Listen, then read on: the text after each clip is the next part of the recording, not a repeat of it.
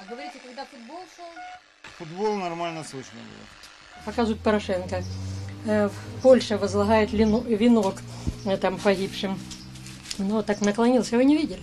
На одной из фотографий его визита в Варшаву они заметили порванный носок. Этот снимок был... Потом он стоит так, веселый, все. Его так раз показали, показывает ноги. Его ноги от коленки и туфли, как бы примятые, что такие вот старые. Каждый день на базаре встречаются, меняются новостями, кто кого обстрелял, какие в Украине новости.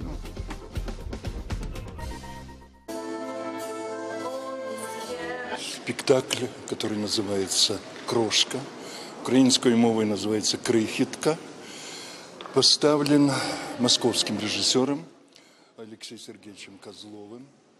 Опять вот Донецк показывают обычно, вот Новороссия или что там показывают. Ну, как это, театр работает, все хорошо. У них театры, да, Новороссия. цирк работает, все, да, у них все нормально. Театры, ну, кукольные театры, все такое, драм-театры, вот это вот они позвонишь, так в основном. такой чисто как вот знакомым, говорят, ну що, ціни туди-сюди, як виживати.